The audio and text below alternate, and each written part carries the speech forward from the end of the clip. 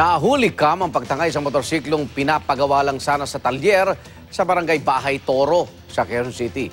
Ang krimen na isa katuparan sa loob lang ng wala pang isang minuto. Narito ang report ni Cesar Apolinario, exclusive. Kasi meron ka namang preba, hindi magawa-gawa.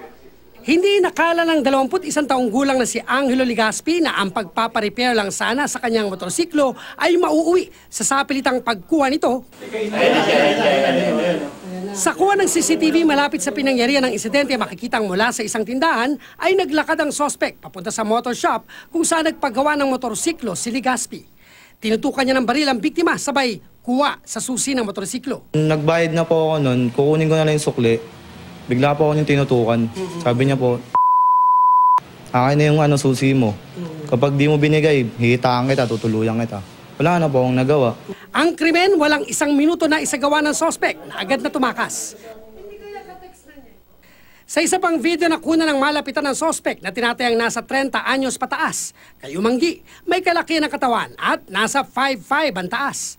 Gamit ang printout na litrato ng sospek, nagtanong-tanong ang biktima sa mga residente. Yung mukha ng suspect nakilala niyo? Parang familiar niya. Yung pamangkin ko, parang nakamumukha niyan. Meron doon, may kapkapan yun doon, bumupuntahan. Saan yan?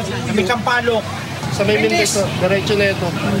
Ayon sa mga opisyal ng barangay, posibleng dayo sa lugar ang sospek. Nagpa-blatter na ang biktima sa pulisya.